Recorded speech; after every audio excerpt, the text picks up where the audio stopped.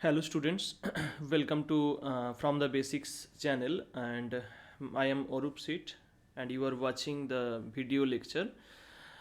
For English medium student we are doing these videos but ये हिंदी पे हम इसमें बोलते हैं हिंदी लैंग्वेज पे, तो ये सीरीज़ पूरा हिंदी लैंग्वेज में है. अगर कोई दूसरा मीडियम पे चाहिए तो कमेंट करना कमेंट सेक्शन पे. I will try to do in that language also. तो बेसिकली हम लास्ट क्लास में क्या डिस्कस किए थे.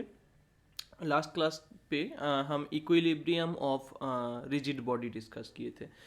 थोड़ा रिकैप कर देते हैं. क्या बोले थे कि एक रिजिड बॉडी अगर होगा तो रिजिड बॉडी का दो टाइप का इक्विलिब्रियम जरूरी है. एक ट्रांसलेशनल इक्विलिब्रियम, दूसरा रोटेशनल इक्विलिब्रियम. ठीक है. ट्रांसलेशनल मतलब क्या है कि जितना लेफ्ट साइड से फोर्स देंगे उतना ही राइट साइड से फोर्स देंगे, तो ट्रांसलेशन नहीं होगा बॉडी का और वो ट्रांसलेशनल इक्विलिब्रियम पे रहेंगे. और ये जो दो फोर्स हम दे रहे हैं ऑब्जेक्ट के ऊपर, वो दो फोर्स का अगर मतलब जहाँ पे पॉइंट ऑफ एक्शन है या फिर line of action of force अगर हम बोलते हैं, तो वो अगर डिफरेंट लाइन हो जाए तो ऑब्वियसली वो ऑब्जेक्ट रोटेट कर जाएंगे. ठीक है.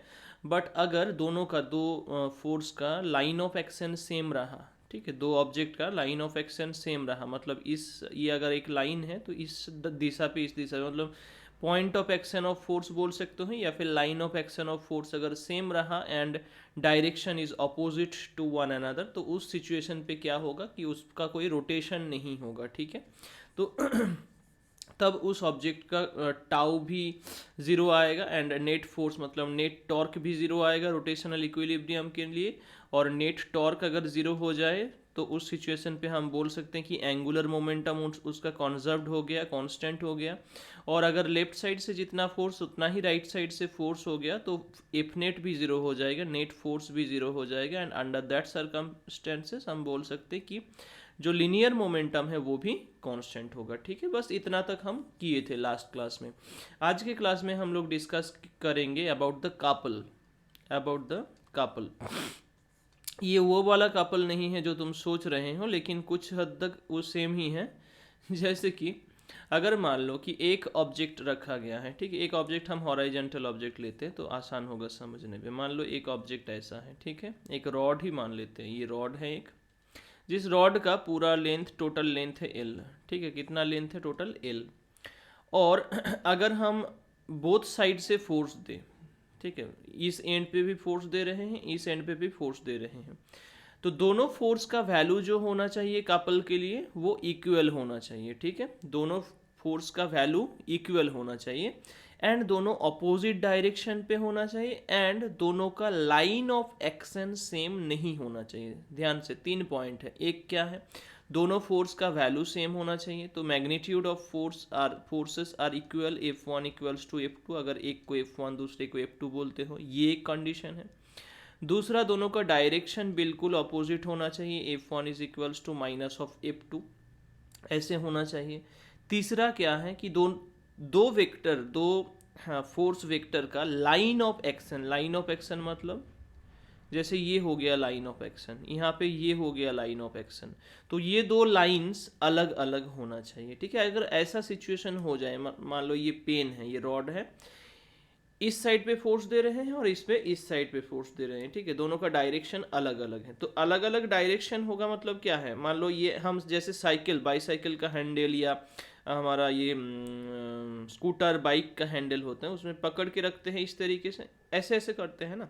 ऐसे मतलब क्या है? राइट साइड से मान लो लेफ्ट टर्न लेना है तो राइट हैंड को हम इस साइड पे भेज देते हैं आगे की ओर और इसको पीछे की ओर खींच लेते हैं. तो ऐसे करके हम क्या करते हैं? टर्न करते हैं. तो इस साइड पे जितना फोर्स, इस साइड पे उतना ही फोर्स, लेकिन दोनों का डायरेक्शन अलग अलग. ठीक है. बट देखो, अगर ध्यान से देखोगे कि दोनों फोर्स ही क्या कोशिश कर रहे हैं. मान लो यहाँ पे ये एक्सिस ऑफ रोटेशन है, मतलब ऐसे फोर्स देंगे तो वो उस एक्सिस के अबाउट रोटेट हो जाएगा. वो सेंटर पे होगा ऐसा नहीं है, मतलब सेंटर पे नहीं भी हो सकता है. ठीक है. यूनिफॉर्म मास डिस्ट्रीब्यूशन होगा, यूनिफॉर्म डेंसिटी होगा तो ठीक है सेंटर पे होगा, नहीं तो सेंटर पे पॉसिबल नहीं है. ठीक है. मान लो ये डी डिस्टेंस पे, इसका मतलब एक एंड से डी डिस्टेंस पे उसका ये है वो क्या कहते हैं, एक्सिस ऑफ रोटेशन है. और बाकी जो डिस्टेंस है वो मान लो L-D है ना. ऑब्वियसली टोटल लेंथ अगर एल होगा तो एल माइनस डी हो जाएगा बाकी लेंथ। तो एक साइड पे हम डी ले रहे हैं, ये डी है, और दूसरे साइड पे क्या है, एल माइनस डी। देखो ध्यान से, ऊपर ये लेफ्ट साइड वाला जो फोर्स है वो क्या कोशिश कर रहे हैं, लेफ्ट साइड वाला जो फोर्स है वो कोशिश कर रहे हैं इस रॉड को इस साइड पे ले जाने का, मतलब ऐसे घुमाने का, ये क्लॉकवाइज डायरेक्शन पे घुमाने का। ये जो फोर्स है ये क्या कोशिश कर रहे हैं, इस डायरेक्शन पे घुमाने का, ये भी तो क्लॉकवाइज ही है। देखो मतलब एफ कोशिश कर रहे हैं ऐसे घुमाने का, और राइट साइड पे जो एफ है वो कोशिश कर रहे हैं ऐसे घुमाने का, ठीक है। तो मतलब बेसिकली पूरा सिस्टम जो है वो क्लॉकवाइज डायरेक्शन पे घूम जाएगा। पूरा सिस्टम किस डायरेक्शन पे, क्लॉकवाइज डायरेक्शन पे घूम जाएगा। तो बेसिकली दोनों ही क्योंकि क्लॉकवाइज डायरेक्शन पे हैं, तो टोटल अगर हम टॉर्क इसमें टोटल मोमेंट या टोटल मोमेंट बोल सकते हैं, और टोटल मोमेंट ऑफ फोर्स भी बोल सकते हैं, इसको शॉर्ट फॉर्म पे हम मोमेंट बोलते हैं। तो टोटल मोमेंट या फिर टोटल मोमेंट ऑफ फोर्स और टोटल टॉर्क ये भी यूज कर सकते हैं, और नेट टॉर्क। तो कितना यूज होगा, कितना एप्लीकेबल हो रहा है, दोनों ही क्लॉकवाइज पे, तो टाउ 1 प्लस टाउ 2 दोनों जुड़ जाएगा एक दूसरे से। अगर एक क्लॉक दूसरे एंटी क्लॉक होता तो सब्ट्रैक्शन होता, ठीक है। तो टाउ 1 जो है वो एफ इंटू डी होगा, force into perpendicular force into displacement, ठीक है, प्लस टाउ 2 वो इस फोर्स की वजह से, तो ये force into perpendicular displacement L into D, तो एल माइनस डी, तो F into L minus D, ठीक है। और साइन 90 होता तो साइन 90 तो 1 ही है, तो F into D plus F L minus F D, F D cancel होके क्या मिला हम लोगों को, एफ इंटू एल। मतलब कापल जहाँ पे ही एक्ट हो रहा है, किसी मान लो ये एक 15 सेंटीमीटर का एक पेन है, मान लेते 15 सेंटीमीटर का एक पेन है। अभी इस पेन पे अगर कपल एक्ट हो रहा है, कपल एक्ट होना मतलब वो प्योरली रोटेशनल मोशन होगा। कपल एक्ट होना मतलब क्या है कि purely rotational, no translational motion, purely rotation, ये याद रखना होगा। क्यों प्योरली रोटेशन है, देखो कोई भी रिजिड बॉडी को अगर प्योरली रोटेशन देना है तो जितना लेफ्ट साइड से फोर्स देंगे उतना ही राइट साइड से फोर्स देंगे, और दोनों का लाइन ऑफ एक्शन सेम नहीं होना चाहिए, तो वो प्योरली रोटेशन होगा। नहीं तो अगर मान लो एक साइड से ज़्यादा फोर्स दिया एफ, और दूसरे साइड से कम फोर्स दिया एफ डैश, तो क्या होगा, एफ अगर ज़्यादा हो जाए तो लेफ्ट साइड वाला फोर्स ज़्यादा हो गया, फोर्स अगर ज़्यादा होगा तो उसका ट्रांसलेशनल मोशन होगा, घूमेंगे तो ऑब्वियसली, प्योरली ट्रांसलेशन भी नहीं होगा, प्योरली रोटेशन भी नहीं होगा, रोटेशन ट्रांसलेशन दोनों का कॉम्बिनेशन होगा ये, ठीक है। तो जहाँ पे कपल हो रहा है मतलब प्योरली रोटेशन हो रहा है, वहाँ पे अगर हम लोगों को टोटल टॉर्क या फिर टोटल मोमेंट या टोटल मोमेंट ऑफ फोर्स हम लोगों को अगर चाहिए, तो हम क्या करेंगे, सिंपली उसका लेंथ लेंगे, ठीक है, लेंथ इनटू जो फोर्स एप्लीकेबल हो रहा है, जो परपेंडिकुलर फोर्स एप्लीकेबल हो रहा है, दोनों का मल्टीप्लाई, देखो वो ही हुआ force into total length of the rod. तो कपल का डेफिनेशन क्या आ जाएगा, अगर बोलते हैं कि मोमेंट ऑफ कपल या फिर कपल क्या है, तो कपल क्यों बोलते हैं बेसिकली वो समझ लेते हैं। जैसे बॉयफ्रेंड गर्लफ्रेंड को कपल बोलते हैं, सेम तरीके से ही कुछ, ठीक है, सेम तरीके से ही ये जो फोर्स है और ये फोर्स दोनों एक दूसरे के अपोजिट डायरेक्शन पे हैं, दोनों का वैल्यू सेम है, दोनों एक दूसरे के अपोजिट डायरेक्शन पे लग रहा है, तो इसलिए इसको कपल बोलते हैं, ठीक है। डेफिनेशन क्या होगा, तो when on an object equal and opposite, equal हुआ and opposite amount of force acts having different line of action of force, दोनों का line of action of force अगर सेम हो जाए तो उसमें रोटेशन भी नहीं होगा, कपल भी नहीं होगा, ठीक है, प्योरली रोटेशन होना चाहिए। तो at that time this is known as couple, okay, तो उसको कपल कहा जाएगा। देखो एक छोटा सा चीज़ कपल के साथ हम डिस्कस कर लेते हैं, जो कि वर्क डन है, जो इसमें एनसीईआरटी अगर हम न्यूमेरिकल्स जब सॉल्व करेंगे उस टाइम पे यूज होगा, ठीक है। Work done and power, work done और एनर्जी बोल सकते हैं एंड पावर, ठीक है। इसका जो एक्सप्रेशन था हम थोड़ा ट्रांसलेशनल मोशन पे जो हम लोगों को मिला था उसको थोड़ा रिकैप करते हैं तो आसान तरीके से समझ पाओगे। देखो वर्क डन फॉर, अगर हम ट्रांसलेशनल मोशन को लेते हैं और इसमें रोटेशनल मोशन को लेंगे।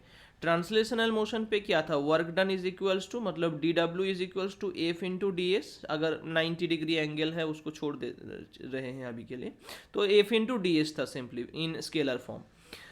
तो एफ डॉट डी एस, अभी डी डब्ल्यू को जब हम डी टी से डिवाइड करते थे तो मतलब work done by work done per unit time है ना, तो इस साइड पे भी डिवाइड करना होगा डी एस डी टी। तो डी डब्ल्यू डी टी जो वैल्यू है work done per unit time, उसको हम बोलते हैं पावर, ठीक है। तो power is equals to F into V हो जाएगा, ठीक है, एफ इंटू वी हो जाता है किसमें, ट्रांसलेशनल पे। सेम तरीके से रोटेशनल पे, इसका रोटेशनल मोशन क्या है, इसका ही एनालोगस है, सेम टाइप का है। तो जहाँ पे वर्क डन है वहाँ पे हम वर्क डन ही पुट करने, क्योंकि रोटेशन पे भी उसको वर्क डन ही कहा जाता है। बट ट्रांसलेशनल मोशन पे जहाँ पे फोर्स है, रोटेशनल मोशन पे उसको क्या कहते हैं, टॉर्क कहते हैं, टाउ। और ये क्या है, डी एस क्या है, D S is our normal displacement for translational motion. तो इन रोटेशनल मोशन इसको हम क्या कहेंगे, डी थीटा, ठीक है, एंगुलर डिस्प्लेसमेंट। अभी अगर हम डी डब्ल्यू डी टी मतलब पावर अगर हम निकालना चाहते हैं तो क्या करेंगे, tau into D theta D T. D theta D T को क्या कहते हैं, डी थीटा डी टी को क्या कहते हैं, डिस्प्लेसमेंट अपॉन में टाइम। तो एंगुलर डिस्प्लेसमेंट अपॉन में टाइम को क्या कहते हैं, एंगुलर वेलोसिटी। क्या बोलते हैं, एंगुलर वेलोसिटी। तो P is equals to power is equals to tau omega, ठीक है।